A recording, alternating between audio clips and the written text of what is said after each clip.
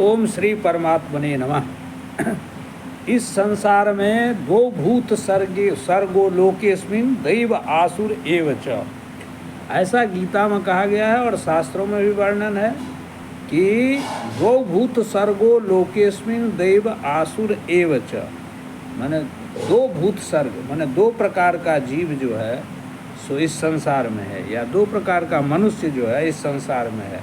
एक होता है दैव, एक होता है आसुर। माने एक होता है दैवी संपदा लेकर के आया हुआ व्यक्ति और एक होता है आसुरी संपदा लेकर आया हुआ व्यक्ति। यानी एक ऐसे लोग होते हैं जिसमें देवत्व रहती है, माने देव का गुण होता है, और एक ऐसे लोग होते हैं जिसमें राक्षस का गुण होता है। तो दैवी संपदा लेकर आए जो होते हैं उनमें देव का गुण होता है, और आसुरी संपदा लेकर जो आते हैं उनमें राक्षसों का गुण होता है। इसके विषय में गीता में आया है दो भूत सर्गो लोकेस्मिन दैव आसुर एव च। तो अब इस पर आज हम चर्चा करेंगे कि दैवी संपदा वाले व्यक्ति में क्या गुण पाया जाता है, कैसे हम समझेंगे कि ये दैवी संपदा लेकर आए हुए हैं और ये आसुरी संपदा लेकर आए हैं, या दोनों दैवी प्रवृत्ति और आसुरी प्रवृत्ति, ये दोनों प्रकार की प्रवृत्तियाँ भी हर एक व्यक्ति में आ सकती है। तो हम कैसे पहचानेंगे कि अभी हमारे पास दैवी प्रवृत्ति है और अभी आसुरी प्रवृत्ति है। इसके लिए गीता के 16वें अध्याय में 1 से लेकर के 6वां अध्याय में जो है यानी 6 श्लोक में दैवी संपदा और आसुरी संपदा के विषय में विवेचन किया गया है, जिसका आज हम यहाँ विवेचन करेंगे। जैसे कहते हैं अभयम सत्व संशुद्धिर ज्ञान योग व्यवस्थिति दानम दमश्च यज्ञश्च स्वाध्यायस्तप आर्जवम अहिंसा सत्यमक्रोधस्त्यागः शांतिरपैशुनम दया भूतेषु लोलुप्तम मार्दवम लोलुप्त्वम मार्दवम ह्रीरचापलम तेजः क्षमा धृतिः शौचो मद्रोहो नातिमानिता भवन्ति संपदम देवी मभिजातस्य भारत।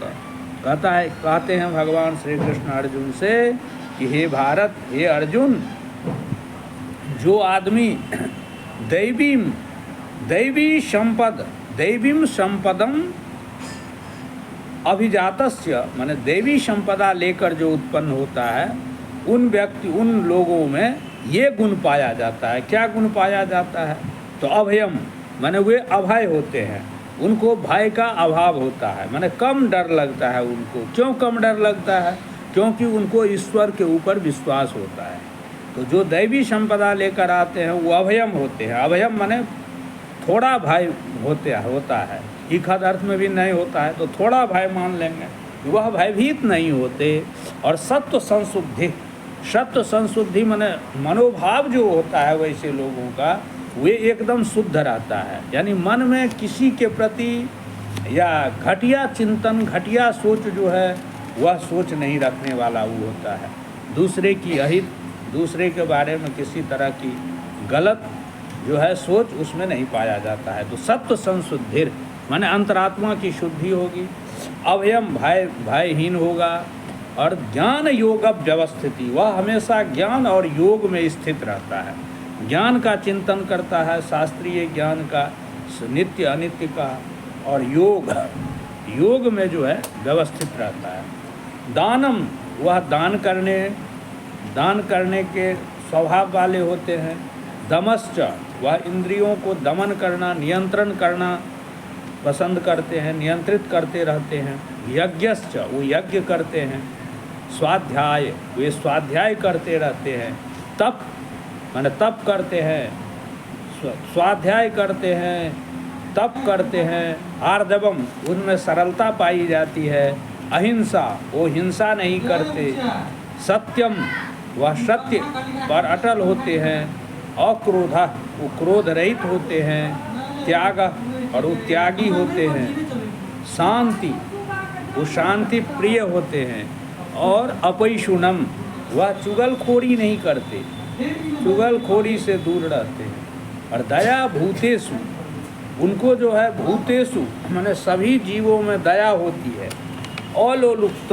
लोलुप्त्वम माने उसमें लोलुपता नहीं पाई जाती है, किसी भी वस्तु को पाने की जो लोलुपता है वह लोलुपता नहीं रहती। मार्दवम, उसमें मृदुता होती है, कोमलता रहती है।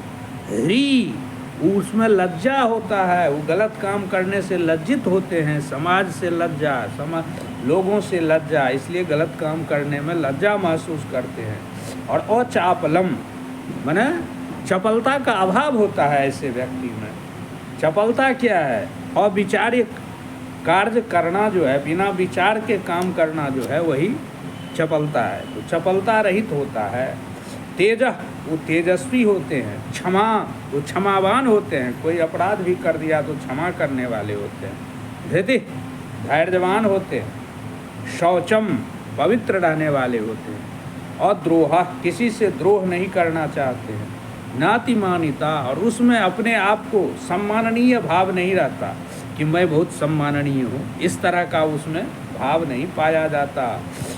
तो इस प्रकार की जो प्रवृत्ति है या इस प्रकार का गुण जिसमें पाया जाता है, उसको समझना चाहिए कि इसमें दैवी संपदा है। और आसुरी संपदा लेकर जो आते हैं इस संसार में, या आसुरी संपदा वाले जो लोग होते हैं, उनका पहचान क्या है? तो कहते हैं दंभ, वह दंभी होता है। दंभ हम उसको कहते हैं, धर्मध्वज जिसको कहते हैं। दंभी वो होते हैं जो वस्तुतः शास्त्र के विधि से चलते नहीं हैं, भगवान की आराधना नहीं करते, शास्त्र उनको आता नहीं, लेकिन लोगों को दिखाते हैं कि हम बहुत बड़े साधक हैं, हम बहुत बड़े भक्त हैं, हम बहुत शास्त्र को जानने वाले हैं। यानी जो नहीं है वो जो सो करे उसी को हम दंभी कहते हैं। माने हम जो नहीं हैं वो यदि हम समाज में दिखाना चाहे, समाज में शो करना चाहे, उसी को हम दंभ कहते हैं। तो जो आसुरी संपदा लेकर आते हैं वो दंभी होते हैं। दर्प वाले होते हैं। दर्प माने अहंकार वाले होते हैं। अभिमानी होते हैं वो।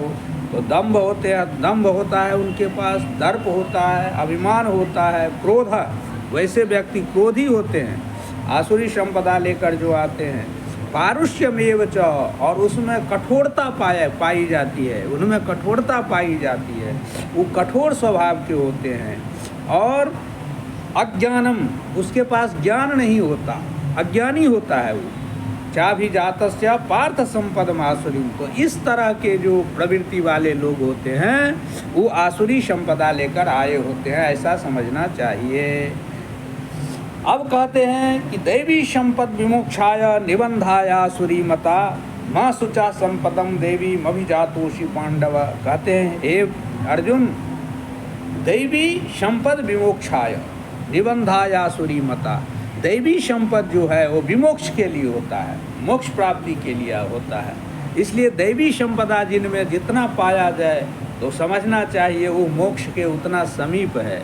तो यही कहते हैं दैवी संपद विमोक्षाय निबंधाय आसुरी मता। और आसुरी संपद जो है सो बंधन में डालने वाली होती है, इसलिए आसुरी संपदा का हे करना चाहिए, दैवी संपदा को ग्रहण करना चाहिए। और माँ सुचा, कहते हैं भगवान, माँ सुचा संपदम देवी अभिजातोषि भारत। हे अर्जुन, आप चिंता मत करें, आप जो है दैवी संपदा लेकर आए हुए हैं। तब आगे जाकर के कहते हैं दो भूत सर्गो लोकेस्मिन् दैव आसुर एव च दैवो विस्तरसः प्रोक्ता आसुरम पार्थ में श्रेणु। अब कहते हैं ये जो होता है दो भूत सर्गो लोकेस्मिन्, इस संसार में दो भूत सर्ग है, एक दैव और आसुर। इस प्रकार से दोनों का वर्णन भगवान करते हैं। ये तो गीता की बात हुई। और एक जगह आया है कि स्वर्ग से जो लोग आए हैं इस संसार में, अब फिर वो स्वर्ग ही जाएंगे, उनमें क्या लक्षण पाया जाता है।